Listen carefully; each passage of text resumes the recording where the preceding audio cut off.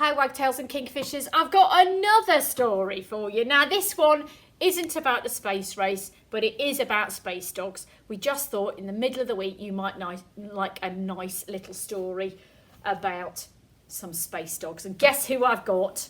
Oh yes, it's Rex, he's back again. Try and keep him awake this time, would you? Don't let him fall asleep or let him fall off the space shuttle. We don't want that, do we? Well done. Are you ready for a story, Rex? Excellent. Right, okay. It was the year 3043, and for as long as anyone on home planet can remember, space dogs, astrocats, and moustronauts have been sworn enemies. After all, that's the way it has always been. But there is no time for that now, because in the vast deeps of space, a small ship is zooming. At last, Space Dog is about to go home. It has been a long mission sorting out planetary problems in the Dairy Quadrant. It had all started with distress calls coming from the breakfast cluster. Space Dog, we need help. Our planet is suffering from a terrible dryness. All our milk lakes have dried up. We can't carry on like this. Space Dog, we're awash with milk. Our homes are flooding. We haven't got much time. Sure enough, the atmosphere on Cornflake 5 was much too dry and crunchy. So dry, so dry.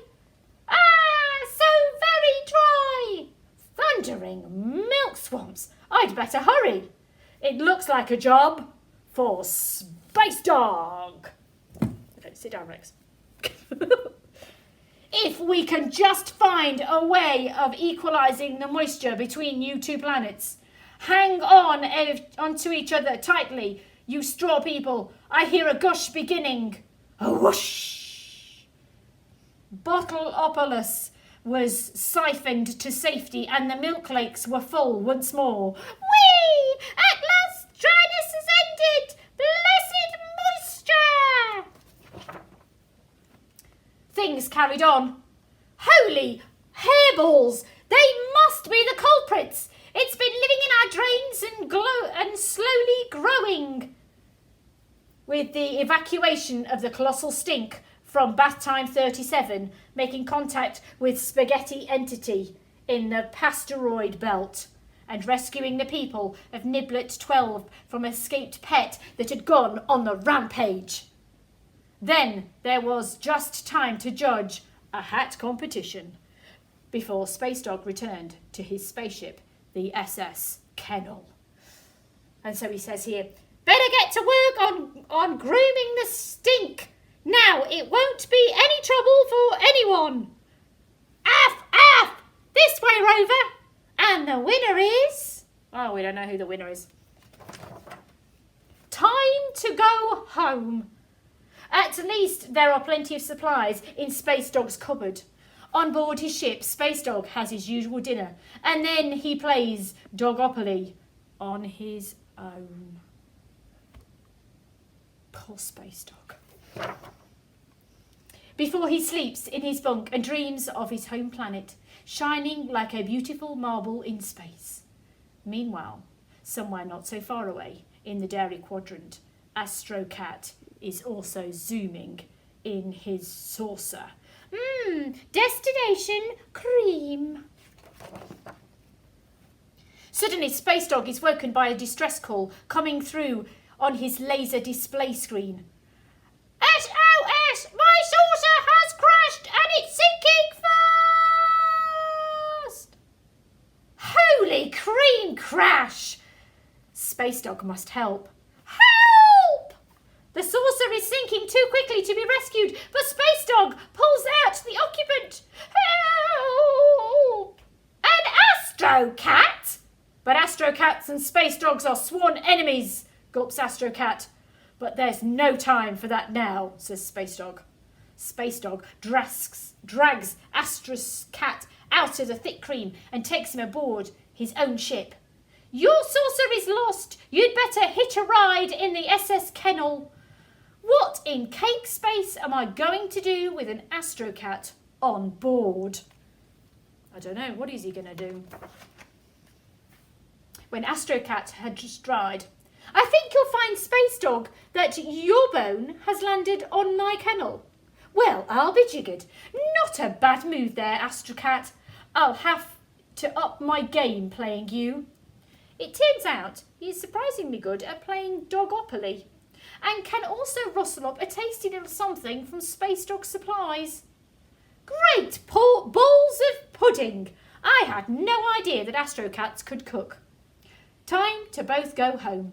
Space Dog and Astrocat are just setting the coordinates when a distressed call. Somebody please help us! They're gonna blow! A cry for help, Astrocat. Well, we'd better answer it then, Space Dog. There is a critical situation on Fry-Up 42. Someone has left the lids of the Ketchup volcanoes. I hear burbling! Quick, screw those caps on! Which way round do you turn this thing? Clockwise, Astrocat, always clockwise. These tops are very encrusted. Many paws make light work, eh, Space Dog? Holy condiments, Astrocat, you're not wrong. Space Dog and Astrocat, let us put up this label in your honour.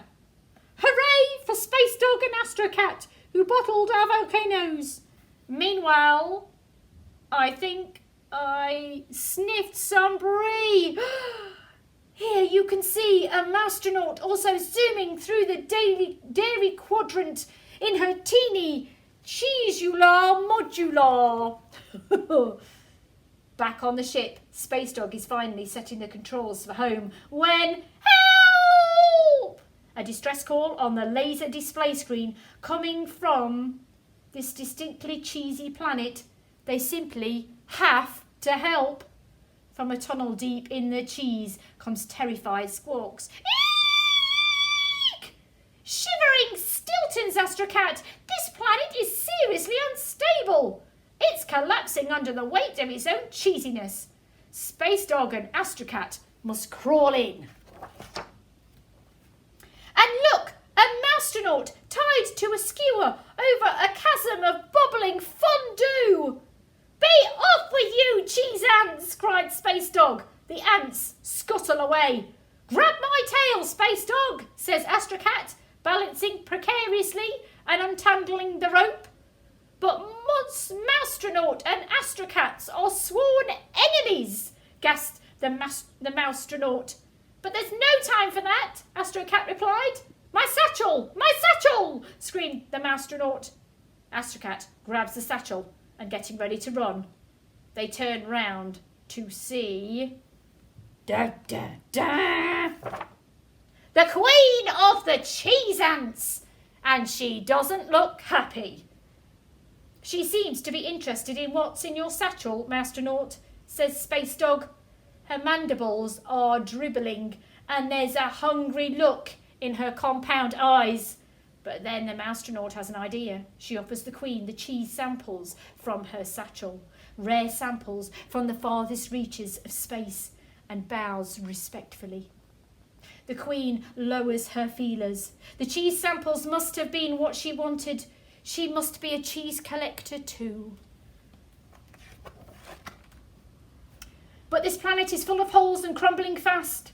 They dash to the ship and blast off just in time, as with a lurching groan, the planet implodes. On board Space Dog's ship, they scrape the cheese goo off the Moustronaut, and Astrocat runs her a nice bath. But the Moustronaut has not only lost her precious cheese samples, but her module too.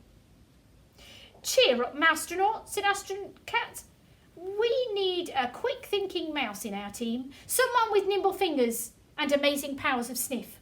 Yes, says Space Dog, someone who is brave in the face of giant insects, and a third player in Dogopoly. Now we can go home.